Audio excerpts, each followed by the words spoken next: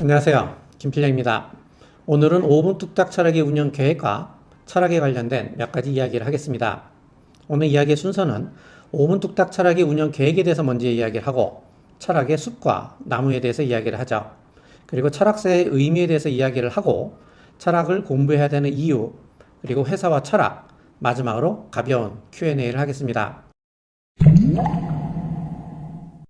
5분 뚝딱 철학의 영상들은 썸네일을 보면 분야, 난이도, 시대, 카테고리를 알 수 있습니다. 철학은 노란색, 과학은 파란색, 심리학은 빨간색, 공지사항이나 광고 등 기타 영상은 민트색이고요. 이 숫자는 난이도를 나타냅니다. 쉬운 영상은 1, 중간 영상은 2, 난이도가 높은 영상은 3입니다. 그리고 고대, 중세, 근대, 현대로 시대 구분을 했고요. 인식론, 존재론, 논리학, 윤리학, 수리철학 등 카테고리를 구분했습니다. 그래서 심리학 영상만 보고 싶으시면 빨간색 썸네일만 골라보시면 됩니다. 고대 철학만 따로 볼 수도 있고 난이도 1짜리 쉬운 영상만 골라볼 수도 있습니다. 앞으로 일주일에 한 편씩 한 2년에서 3년 정도 영상을 계속 만들어 올릴 텐데요. 그러다 보면 전체 영상이 한 200여 개가 될 겁니다. 철학과 심리학에 관련된 중요한 이론들을 모두 소개하는 게 제 목표인데요. 구글이 망하지 않는 한 제 영상은 끝까지 남을 것이기 때문에 자료를 만든다는 심정으로 영상을 만들고 있습니다. 그래서 제가 영상 말미에 항상 잘못된 점은 댓글을 달아주십시오 라고 말씀드리는 이유가 잘못된 내용이 있으면, 크게 잘못된 내용이 있으면 영상을 다시 만들기 위해서입니다. 영상을 전부 만들면 각각의 영상들을 시대별, 주제별로 묶어서 서양 철학사를 한눈에 볼 수 있도록 소개하는 책을 쓸 계획입니다. 책에는 QR코드를 넣어서 유튜브 영상과 연계해서 공부를 할 수 있도록 만들 겁니다. 책을 읽다가 영상도 보고 영상을 보다가 책도 읽을 수 있도록 왔다 갔다 보면서 공부할 수 있도록 만들 겁니다. 그래서 철학에 관심이 있으신 분들이라면 한 번쯤 읽어야 하는 책, 한 번쯤 봐야 하는 영상들로 만드는 것이 제 목표입니다. 제가 요즘 뒤늦게 배그에 빠져 있는데요. 배그를 잘하시는 분들은 여기 에란길 지도를 다 외우고 계시더라고요. 로족, 여의도, 히말라야, 강북, 강남은 물론 여기에 어떤 건물들이 있는지 심지어 차량 위치까지 외우고 있어요. 이처럼 한 분야의 도사가 되면 숲 전체의 지형은 물론이고 나무 하나하나를 알게 되는 모양입니다. 철학 공부도 마찬가지예요. 여기서 이 영상 하나하나가 바로 나무예요. 상세한 나무는 아니지만 말 그대로 간단하게 요약한 이런 아이콘 같은 나무예요. 제가 나중에 각각의 영상들을 어떤 맥락에서 봐야 하는지를 설명하는 책을 쓸 계획이라고 말을 했죠. 그게 바로 숲이에요. 숲을 보면 지금까지 본 나무들을 전체 맥락 속에서 다시 이해할 수 있을 겁니다. 그때 가서 부랴부랴 영상을 볼 생각하지 마시고 시간 있으실 때 지금 가볍게 반복해서 보세요. 제가 보기에 철학 공부는 이렇게 투 트랙으로 하는 게 좋아요. 숲과 나무를 번갈아 가면서 봐야 한다는 말인데요.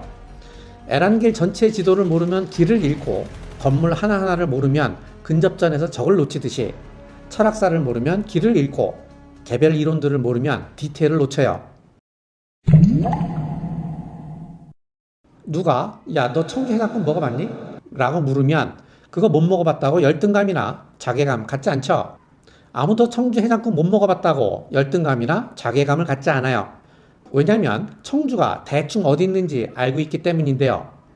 청주는 부산에서 대구를 거쳐 올라오는 경부선하고 광주에서 전주를 거쳐 올라오는 호남선이 대전에서 만나고 바로 그 위에 있어요. 그리고 우리는 해장국이 뭔지 대충 알죠? 그래서 청주 해장국 그거 먹어보진 않았는데 해장국이 다 거기서 거기지 뭐. 다음에 청주 갈 일 있으면 먹어볼게. 이렇게 말할 수 있는 겁니다. 이렇게 말할 수 있는 이유는 이런 전국 지도가 있기 때문입니다. 이런 전국 지도를 가지고 있으면 맛집 기행도 할 수 있죠. 부산의 밀면, 대구의 막창, 광주 떡갈비, 전주 비빔밥, 대전 두루치기, 청주 해장국, 그리고 서울로 올라오는 길에 빠져서 강릉 경포대 가서 초당 순두부도 먹을 수 있고 인천 차이나타운 가서 짜장면도 먹을 수 있습니다. 철학사를 안다는 것은 바로 이런 철학사 지도를 가지고 있다는 말입니다. 경험론은 로크로부터 시작해서 휴무로 이어지고 합리론은 데카르트로부터 시작해서 라이프니츠로 이어지며 이 둘은 칸트에서 만나고 칸트는 다시 헤겔로 이어지죠. 그래서 이런 철학사 지도를 가지고 있으면 누가 야 너 헤겔의 정신현상을 읽어봤니? 라고 물어도 열등감이나 자괴감 들지 않아요. 왜냐면 이런 철학사 지도를 가지고 있기 때문이에요. 그리고 아, 해계 정신현상학 그거 읽어보진 않았는데 관념론이 다 거기서 거기지 뭐. 다음에 시간 날 때 읽어볼게. 라고 하면 돼요. 그래도 자꾸 물어보려고 하면 아, 오늘 좀 바쁘네. 하고 자리를 피하면 돼요. 그렇다고 집에 가서 행여나 읽지 마세요. 해겔 읽다가 돌아버리신 분들 아주 많이 있어요. 이렇게 전국 맛집을 돌아다니다 보면 입에 맞는 음식이 하나 있을 겁니다. 예를 들어서 부산 밀면이 입맛에 맞다. 그러면 부산 내려가서 골목골목 다니시면서 밀면을 먹어보면 돼요. 그러면 밀면 전문가가 되겠죠. 철학도 마찬가지예요.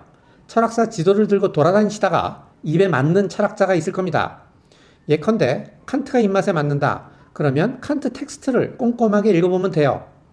그러면 칸트 전문가가 되겠죠. 자, 그런데 왜 철학을 공부해야 되죠? 사람들은 여기에 대해서 여러 가지 이유를 말하는데요. 어떤 사람들은 철학은 모든 학문의 근본이기 때문에 철학을 알아야 한다라고 말을 하고, 어떤 사람들은 철학을 공부해야 스스로 생각하는 힘을 기를 수 있다고 말하기도 합니다. 그리고 어떤 사람들은 철학을 공부해야 현명해질 수 있다고 말을 하고, 어떤 사람들은 철학을 알아야 삶의 경쟁력을 가질 수 있다고 말합니다. 뭐 대충 조금씩은 다 맞는 말일 수도 있지만 사실 저한테는 별로 와닿지 않아요. 제가 생각하는 철학을 공부해야 하는 중요한 이유는 두 가지입니다. 첫째, 철학은 재밌습니다. 철학만큼 재밌는 게 없어요. 물론 세상에 철학 말고 재밌는 것들이 많이 있지만 재미의 끝의 대부분은 공허함이죠. 뭐 철학도 비슷하긴 하지만 그래도 다른 것보다는 좀 나아요. 둘째, 철학을 공부하면 자신의 생각을 조금 더 명료하게 만들 수 있어요. 누구나 어떤 문제에 대한 자신의 생각이 있죠. 그리고 자신이 생각하는 중요한 가치관도 있어요. 그런데 대부분의 생각이나 가치관은 애매하고 모호할 때가 많죠. 그런데 철학을 공부하면 그러한 생각이 조금 더 명료해져요. 그 이유는 두 가지인데요. 하나는 자신이 아무리 독창적인 생각을 가지고 있다고 해도 그 생각은 이미 몇백 년 전에 어떤 철학자가 말해 놓은 것일 가능성이 커요. 그래서 그 철학자의 생각을 통해서 자신의 생각을 보면 자신의 생각이 보다 명료하게 보이죠. 다른 하나는 철학적 훈련을 한다는 것은 바로 생각을 다듬고 논리적으로, 비판적으로 생각을 하는 훈련이라는 점입니다. 그런데 그런 훈련은 꼭 철학을 통해서만 가능하냐? 제가 보기엔 그렇진 않아요. 이 이야기를 조금 더 해보죠. 저는 회사원입니다. 한 직장에 한 30년 다녔고 정년도 얼마 남지 않았습니다. 학부는 공대를 졸업을 했고 철학은 회사를 다니면서 틈틈이 공부를 했죠.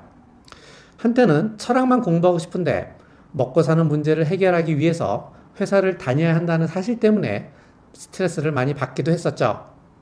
그런데 지금 와서 생각을 해보면 회사를 통해서 제가 배운 것이 굉장히 많다는 것을 알겠습니다. 제가 회사를 다니면서 무엇을 배웠는지 한번 설명을 해보죠.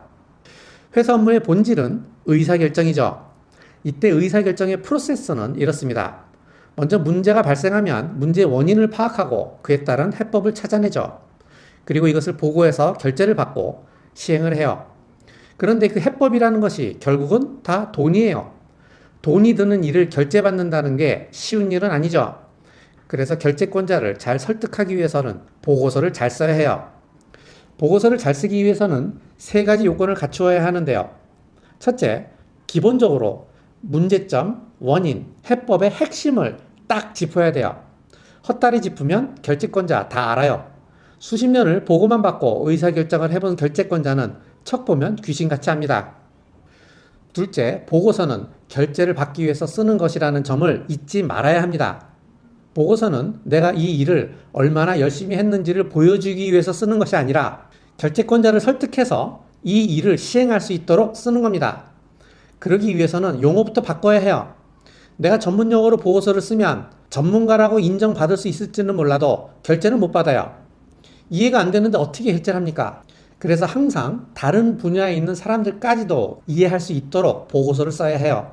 그렇지 않으면 중간에 빠꾸 먹고 다시 일을 해야 됩니다. 셋째, 보고서는 굵고 짧게 써야 돼요. 최종 결제권자는 보고서 다 읽지도 않아요. 아무리 복잡한 내용이라고 하더라도 한 장짜리 보고서로 만들 수 있어야 됩니다. 어떨 때는 한 장짜리도 안 읽어요. 한 문장으로 설득하거나 키워드 하나로 설득을 해야 됩니다. 이것이 바로 압축의 미학인데요. 이러한 압축을 하다 보면 애매했던 문제의 원인과 해법이 구체화됩니다. 신기하게도 구체화됩니다. 철학 공부도 마찬가지예요. 칸트가 왜 순수 이성 비판이라는 책을 썼죠? 무슨 문제가 있다고 생각했으니까 책을 썼겠죠. 사람들 괴롭히려고 쓴 건 아닐 거잖아요. 그리고 가급적 그것을 다른 사람들이 알아먹을 수 있도록 설명을 해야 돼요. 칸트의 말만 반복하면 칸트를 읽지 않는 사람들은 그것을 알아먹을 수가 없어요. 그리고 압축의 기술, 여기서도 필요합니다. 어떤 사람들은 철학이 얼마나 어렵고 심오한데 그것을 어떻게 짧게 압축하냐고 말하시는 분들도 있지만 저는 그렇게 생각하지 않아요. 회사 일도 그만큼 복잡해요. 그래도 모든 의사결정은 한 장으로 끝나요. 댓글에 철학책을 추천해달라고 말씀하시는 분들이 있는데요. 저는 철학사를 읽기를 권합니다. 제가 보기에 좋은 책은 너무 어렵지도 않고 너무 쉽지도 않은 책이에요.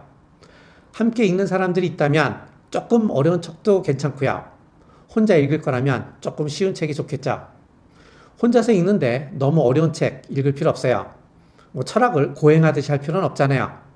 안 그래도 힘든데 공부까지 힘들게 할 필요는 없다고 생각을 합니다. 조금 어려운 책으로는 힐시베르그의 서양 철학사, 중급 난이도로는 러셀의 서양 철학사, 조금 쉽지만 정말로 괜찮은 책으로는 참을 수 없이 무거운 철학 가볍게 하기 시리즈로 나온 2권짜리 책이 있습니다. 철학사는 이것저것 읽지 마시고요. 여러 번 같은 책을 반복해서 읽는 게 좋을 것 같습니다. 그리고 철학사 읽다 보면 아까도 말씀드렸지만 자기랑 궁합이 맞는 사람이 있을 겁니다. 그러면 그 철학자가 직접 쓴 글을 읽어보시면 돼요. 원서를 읽는 것이 좋긴 한데 그건 너무 어렵고 번역서라도 읽어보세요. 그런 고행의 시간이 바로 내공으로 쌓이게 되는 겁니다. 영상 촬영에 대해서 질문을 하시는 분들도 있는데요. 저는 카메라는 캐논을 쓰고 녹음기는 요놈을 씁니다. 편집 프로그램은 파이널 컷을 사용을 합니다. 예전에 어떤 분이 편집하는 거 학생들 그만 좀 부려먹으라고 댓글을 달아주셨는데요. 걱정하지 마세요. 촬영, 편집, 썸네일 작업까지 모두 제가 직접 합니다. 보통 월요일에서 금요일까지는 자료를 찾고 스크립을 씁니다. 그리고 토요일 오전에 촬영을 하고 토요일 오후부터 일요일까지는 편집 작업을 합니다. 시간이 항상 부족해서 편집 작업을 외주 줄 생각도 했었는데 영상의 내용과 분위기에 맞춰서 음악도 고르고 사진 자료도 찾아야 하기 때문에 그걸 다른 사람한테 맡기면 영상의 맛이 나질 않아요. 그래서 제가 직접 합니다. 마지막으로 호칭에 대해서 이야기를 할게요. 댓글에 저를 교수님이라고 부르시는 분들이 있는데요. 저는 학생을 가르치지 않습니다. 교수가 아닙니다. 그래서 저를 님, 씨, 형, 아우, 오빠, 삼촌, 선생님 뭐 이 정도로 불러주세요.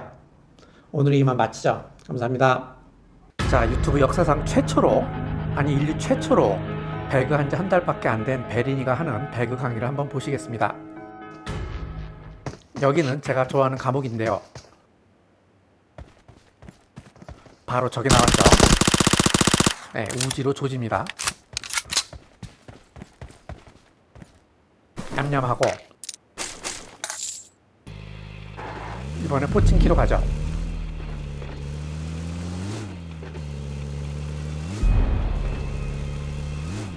포칭키 옥상에 올라가서 엎드려 있으면 아주 편하네요. 발자국 소리 나는 쪽을 보니까 여기 한 마리 있죠. 네, 지켜봅시다. 옆 건물 이동했어요. 요 앞으로 나올 것 같아요. 아, 저 뒷건물로 갔네요. 이런 건 쫓아가야죠. 저놈도 아마 내 발자국 소리 듣고 움직일 겁니다. 나왔죠? 네, 오른쪽으로 돕니다.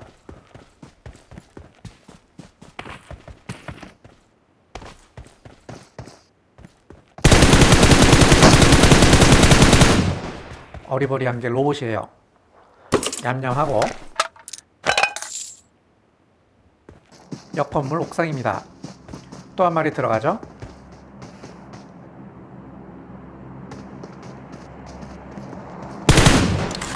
장전도 안 하고 베린이 티나죠. 자, 따라가 봅시다. 건물 오른쪽으로 돌아볼게요.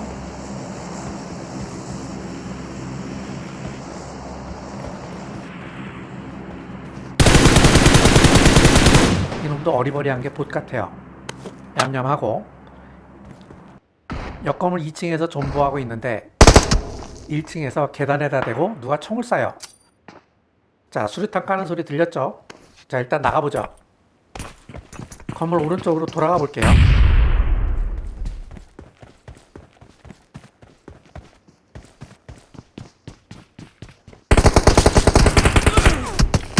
뒤쪽에 있을 걸 왜 생각을 못했죠?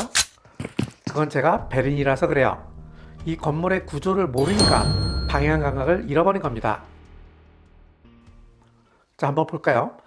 내가 여기 건물 2층에 있었고 이놈이 여기서 계단으로 총을 쐈죠. 그래서 내가 창문으로 뛰어넘고 오른쪽으로 돌 때 이놈은 이쪽으로 이동해서 내가 들어오는 거 기다리고 있었어요. 볼까요? 이 장면. 여기 있죠? 기다리고 있죠? 그런데 나는 그것도 모르고 여기 앞에만 보고 있었다 보니까 죽을 수밖에요. 제가 드리고 싶은 말씀이 뭐냐면 배그전투에서 이기려면 이 건물의 구조를 알아야 한다는 겁니다. 이게 하나하나의 나무이고 이게 하나하나의 영상이에요. 그러니까 5분 뚝딱 철학에 올라오는 영상 빼먹지 마시고 다 보시라는 겁니다. 자, 근데 궁금한 게 하나 있어요. 아까 이 상황, 1층에서 누가 총을 쏘고 수류탄을 던지는 상황에서 어떻게 하는 게 좋은 걸까요? 배그마스터 분들의 댓글을 부탁드립니다.